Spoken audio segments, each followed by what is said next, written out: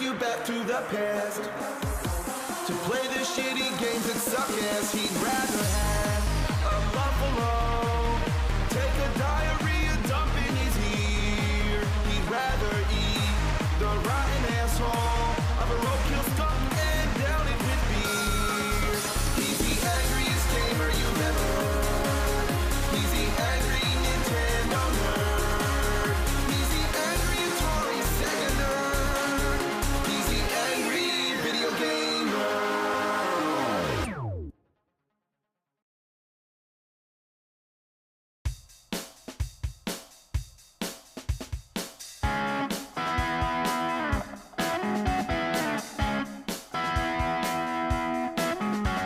We've only touched upon some of the many classic gaming consoles like the Atari 2600, but now it's time to introduce you to two of its competitors. Feeling down and dirty, feeling kinda mean. Exhibit A, the Intellivision. I've been from one to another extreme. Exhibit B, the ColecoVision. This time I had a good time, ain't got time to wait. Both tried to take down Atari and both had a similar library of games. I wanna stick around till I can't see straight. It's like today, you got all these games, you don't know which way to look.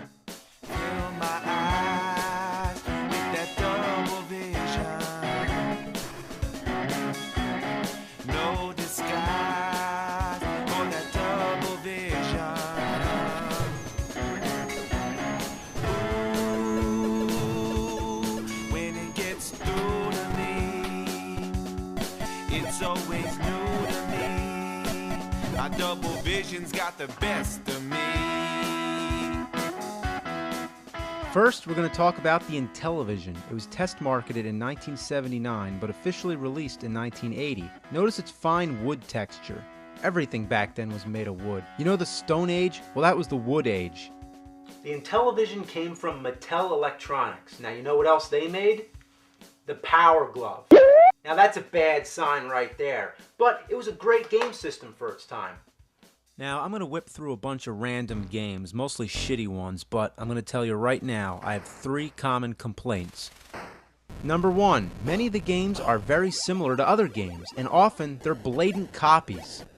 Number 2, without instructions, they're difficult to understand how to play. Number 3, the controls suck ass. And in this regard, the main problem is the controllers. Why a numeric keypad? This is a video game controller, not a phone. Then there's 2 little buttons on each side, which are usually the fire buttons. It's awkward to handle. And rather than a joystick or a control pad of some kind, you get this weird disc. Sometimes in the heat of the game, you can actually jam your fingernail on it. It also acts as a button, so in total, that's 17 buttons. And for games this complex, you really need that many. When you pop in a game, the first thing you do is try every button before you figure out which ones do anything. Most of them don't do jack shit, and it's different for each game. That's why many of the games come with overlays. You slide it over the keys, and now you can see what they do. It helps out, but damn, what a shitload of fuck. And the games barely fit in the cartridge slot. It's like trying to stick your dick in a Cheerio. So this is Space Battle. Sounds promising enough, but okay, what's this? None of the buttons do anything but make fart noises. And the overlay has a bunch of Triforces. Is this where they came from? All you gotta do is wait for the squadrons to meet the aliens, and then it brings up the battle screen where you shoot blueberry pancakes. This should be the whole game. Why does this part even exist? Next, I don't know, let's try Mission X. More like Mission Ass. It's a 2D shooter, but it's real hard to shoot things. I mean, you have to be at the exact altitude. 2 rises up and 8 goes down, and the fire buttons are on the side. I mean, that's great, right? Why not spread the buttons out as much as possible? Alright, what's next? How about Utopia? It's kind of a precursor to SimCity. You're basically the god of an island. You build stuff and storms come by and, wow. All I can say is that back in 1981, people had a lot more imagination. Okay, how about He-Man? Oh man, I thought it was gonna be He-Man. So you're flying around in the Wind Raider shooting at stuff. I think on the ground that's Skeletor. You drop bombs on him and that's it. Wait, did I just call that white square a bomb? See, that's using your imagination. Vectron. In the 80s, everything was Tron. Megatron, Voltron, Tron the movie. You get the idea. This is a weird game. The first challenge is to figure out which of these indescribable objects you're controlling. So, guess what? I think you're this green V. You can shoot at stuff, but you can't move. And that's just fantastic, because there's a big gleaming box immediately blocking your path. I'm not gonna lie, I don't get it. Now, speaking of Tron, here we have Tron Deadly Discs. You just run around throwing shit at people. Seems like it would be a fun little game, but what ruins it for me is how ass the controls are. Rather than having one simple fire button and aiming with the joypad or disc or whatever, the keypad determines which direction you shoot.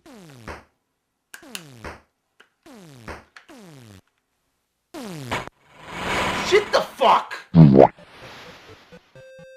Thin Ice. Okay, you're a penguin ice skating around collecting torches, or they could be McDonald's French fries, who knows.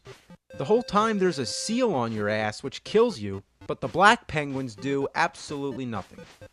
Advanced Dungeons and Dragons. Well, advanced is right. For the time, it's a pretty complicated game. You start out moving some dots around on the map screen.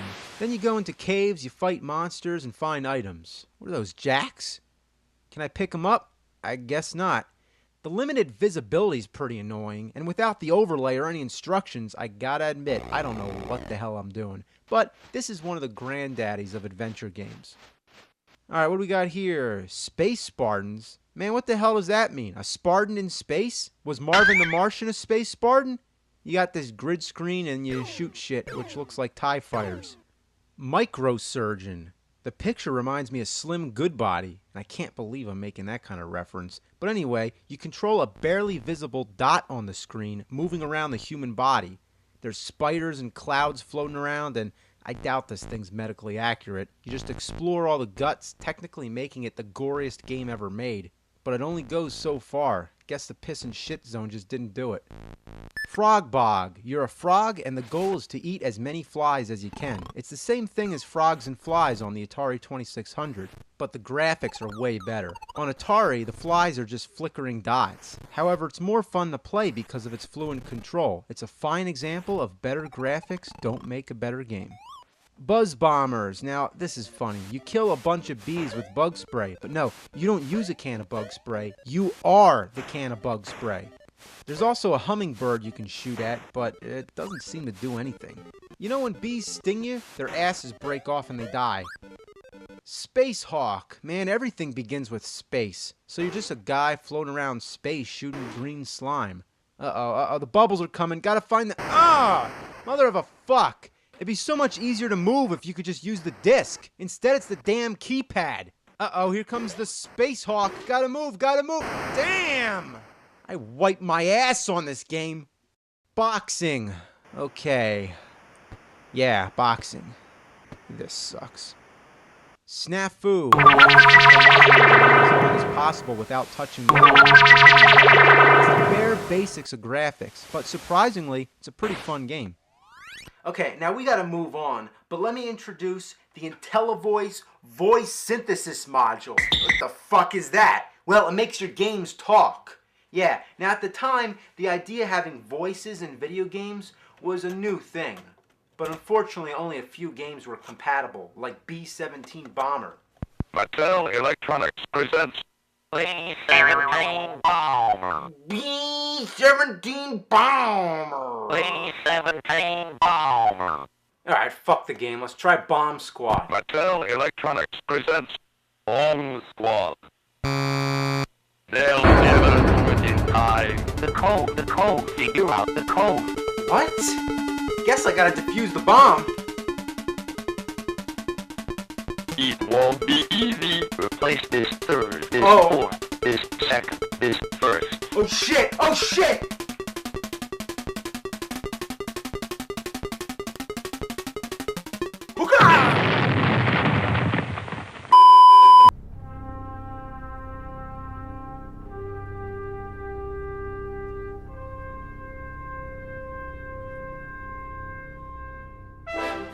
What's that? A metamorphic stone rising from the blackness and negative earth? A towering behemoth, a monstrosity brought down by extraterrestrial powers? Or a giant monolith of death hell-bent on the annihilation of humankind, time, and all matter? No, it's the AC adapter for a ColecoVision. That's a huge bitch! What the fuck were they thinking? Is this necessary? Look, I can't fit this godforsaken piece of shit in the electrical outlet unless there's nothing next to it. What a fucking hog. That's what it is, a self-indulgent glutton of a power hog. Anyway, the ColecoVision was released in 1982, and like the Intellivision, it had the same stupid-ass keypad, but with a joystick. Well, almost a joystick, and it's so stiff it doesn't fare much better. First, let's try out Montezuma's Revenge. Well, I would make some comment about diarrhea or something, but it's actually a pretty good platforming game. You collect a bunch of treasures while avoiding all kinds of hazards. Standard stuff, you know, but well done. Only problem, this controller is fucking horrible! But the good news is that, unlike the Intellivision, you can unplug the controller and swap it with an Atari or a Sega Genesis controller. Who would have thought that would be compatible? But what a great thing. Now let's try Rocky. That's right, Rocky on the ColecoVision. The music and the graphics are quite good for the time, but would it be too much trouble to add any facial features? As far to my knowledge, your only opponent is Clubber Lang. After all, Rocky 3 was the newest movie, so there's definitely no Ivan Drago. But all you do is mash buttons and it all boils down to a big crock of shit. Okay, you're not gonna believe this one. It's called Cabbage Patch Kids Adventure in the Park. It's basically like another Pitfall game, but with a random layout. Why would I swing on the vines when I can hop on the lily pad instead? Then there's screens which don't have anything on it. So what's the point of having them? And so many of them look the same. Next is Campaign 84. Yes, a game based on the presidential campaign. Probably the worst fucking concept for any game in history. First, you pick what you want to accomplish. You know, like what kind of serious issues there are in the country, like ban all shoelaces. And that's my favorite, because shoelaces are bullshit. Then you pick the donkey or the elephant, and I don't really know which is which. And then you're moving around, and I really seem to be having a lot of trouble with this because I can barely move. Alright, let's try to touch the megaphone, okay? You were seen putting your shoes on before you put on your pants. Wait, what? Okay, well, who the hell was watching me get dressed? If I want to put my shoes on first, that's my own goddamn business. Next up is Chuck Norris. Yeah, that's right, Chuck Norris, the game. You're walking around and then you get into fights, and the attacks are completely ineffective. Come on, you son of a bitch! Wow, this is shit. Next we have Dance Fantasy. Okay, well my first question is, where's the music? And what the hell am I trying to do? You're just like floating around. It's as much fun as dragging a mouse around a computer screen. Dr. Seuss's Fix Up the Mix-Up Puzzler. It's a puzzle game where you put together different Dr. Seuss characters. Yeah, that's about as much as I can say about that. Learning with Leaper. It's one of the most juvenile games I've ever played. You're a weird eyeball with legs, and there's 4 little games to pick from. In the balloon game, all you gotta do is match the letters. See, that's a T up there, so all I do is I just grab the T, and then I match them up, and there you go, you win. It's pretty hard, right? In the maze game, you're a frog being chased by a centipede. All you gotta do is get to the end of the maze, and that's it. The dog game, I have no fucking clue what to do. But the paint game is basically like an old paint program. If you thought Mario Paint was primitive, well, look again. Next is looping. Here we go. Oh, let's try again. Oh man, that pilot's drunk as shit. Oh, I gotta get through the wall. Here we go. Okay. Maybe I gotta go over it. Oh, I guess not. Uh-oh, let's try again. Oh man, what am I supposed to do? Fuck! Oh, I know, I gotta shoot through it.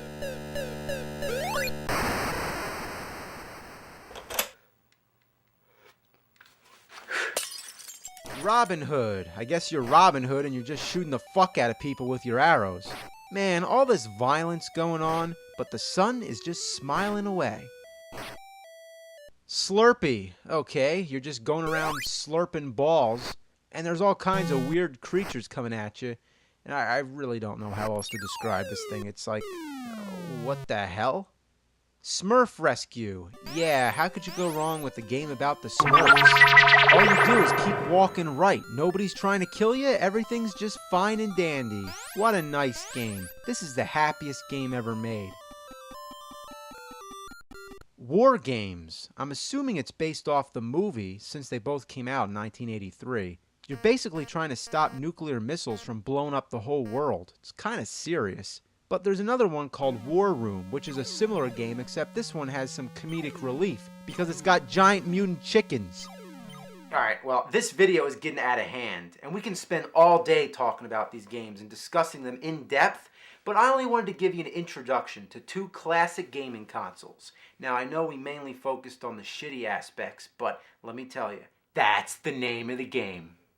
But before I end it, let's take a look at the ColecoVision expansion module. Yeah, what gaming system is complete without some kind of peripheral? You plug it in and now you can play Atari 2600 games. That's right, I'm playing Atari on ColecoVision, its competitor.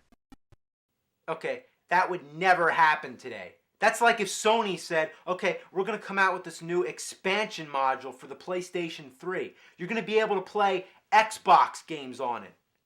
There would be lawsuits up the ass. And there were more expansion modules. The second one's a steering wheel for the driving games, and the third one connects the fucker to an Atom computer.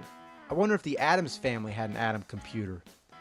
Now the fourth expansion module connects it to a dishwasher. And then the fifth and final one connects it to your ass. Never do more than I really need. My mind is racing, but my body's in the lead. Night's the night, I'm gonna push it to the limit. I live all of my years in a single minute. Fill my eyes with that double vision. No disguise for that double vision. Ooh, when it gets through to me, it's always new to me. My double vision's got the best of me.